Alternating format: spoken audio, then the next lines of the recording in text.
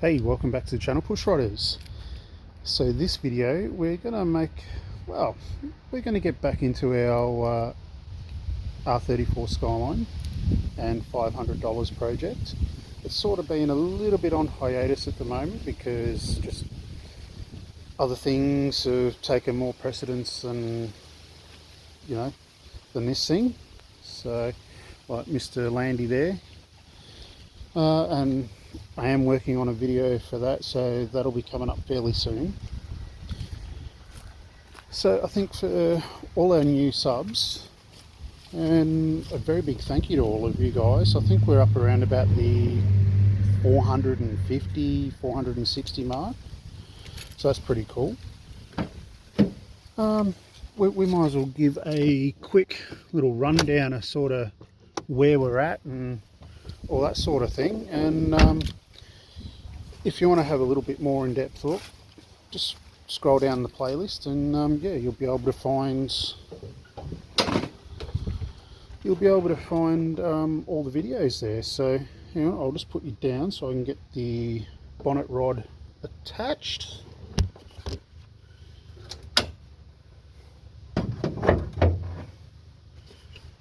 Alrighty, so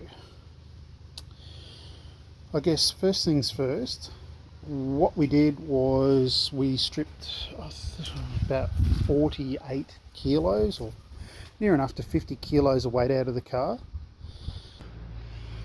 We've fitted a catch can, rerouted quite a lot of the emissions lines and all that sort of stuff, and plugged different emissions lines. In there was one that was going to here, all that sort of deal. Our little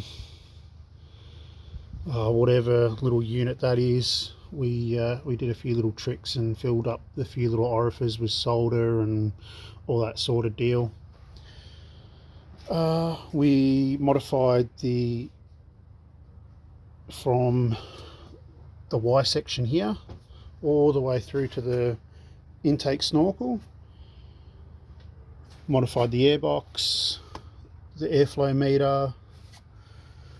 We've taken off that there was a big resonator box there which was acting more like a heat sink and a catch can in a way.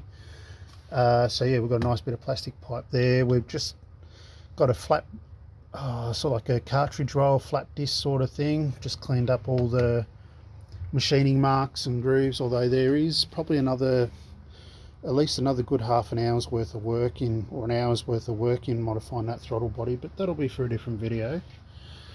We've ported our Y section mainly here so it feeds into the plenum a little bit better, and just made it a little bit more straight shot for the air. What else have we done? As far as trying to keep the cool air theme going,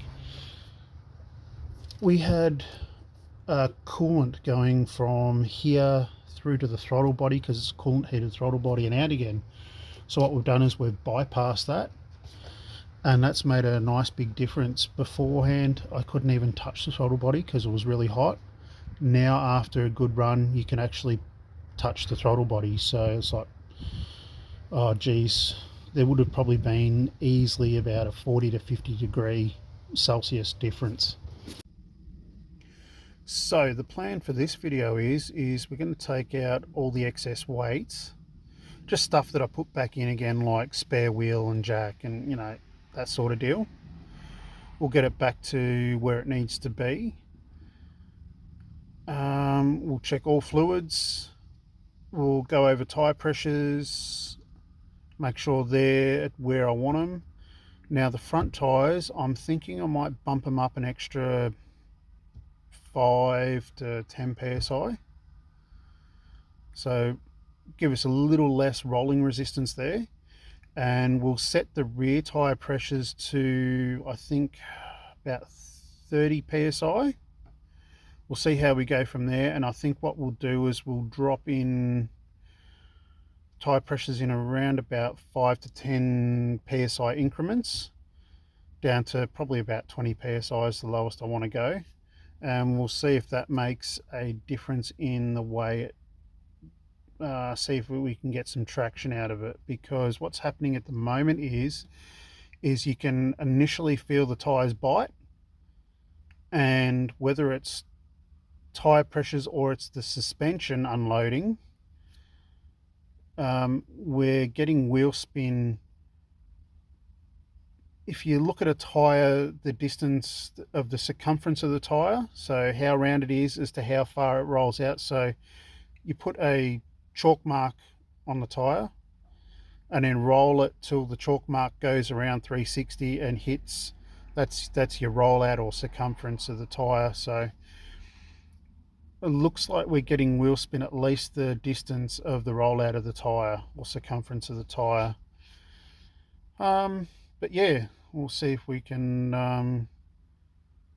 might see if we can pinch one of the team here to do some video footage of the car launching. We're just going to test 60-foot times. I'm not worried about top speed, top mile an hour or kilometers an hour, all of that sort of stuff. Not interested. I'm just wanting to get the best 60-foot time out of this combination so far, and then we can start to keep improving it from there.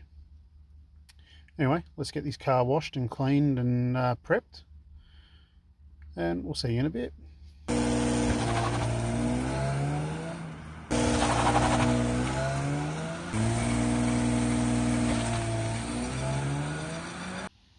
As you've seen, lack of traction and lack of tyres. So the reason why I initially mentioned that the suspension was unloading is, let's face it, the car's a low powered car.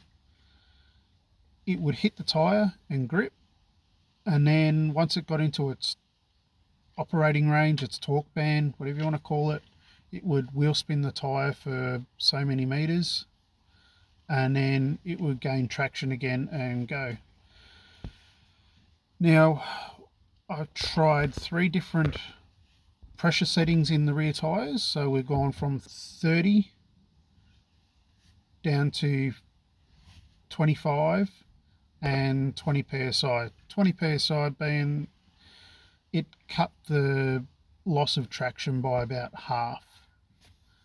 But it's still, yeah, not gripping. And I think the only way we're going to cure that is we're going to have a look at maybe getting a set of another couple of spare wheels, and we might put some drag radials on it, or some better stickier street style tyres. We'll see how we go, but that's going to be later on down the track. As for upcoming mods, well, so yes, I know it's a Chinesium made part, but it fits in our budget. Full adjustable fuel pressure regulator.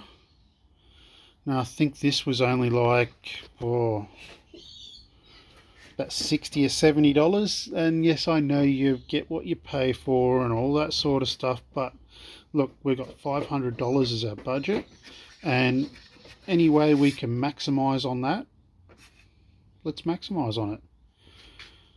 Look, I'd prefer to buy Australian made or American made, but you know, it's a bit out of their budget. So, and we have a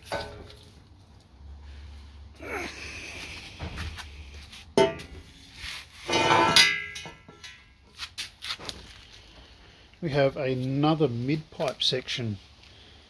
So the goal is with this is that's the cat end. I guess you'd call it a merge collector. First of all, we're going to enlarge the merge collector. We've got all the piping ready to go for it. We'll see how that goes. And then after that, we'll probably have a look at I guess you can call it the primary side or primary pipes. We'll have a look at increasing those by a bit. Where are they?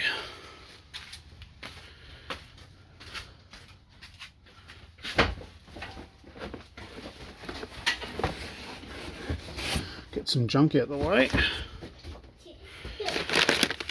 So yeah, we can start experimenting with the mid pipe with the mid exhaust section, which is, like I said, goes in between the cat and the cast iron exhaust manifold. So different sizes. We've got gaskets. Well, there you go, push rodders. Keep an eye out for upcoming videos, especially the exhaust video. I think there'll be something in it for quite a lot of people. And also our fuel pressure reg video. Now I'll go into a little bit more detail in why I've chosen to go the route I have with the exhaust system. And yeah, look, as far as tyres go, it will just, they're just going to have to wait for a little bit.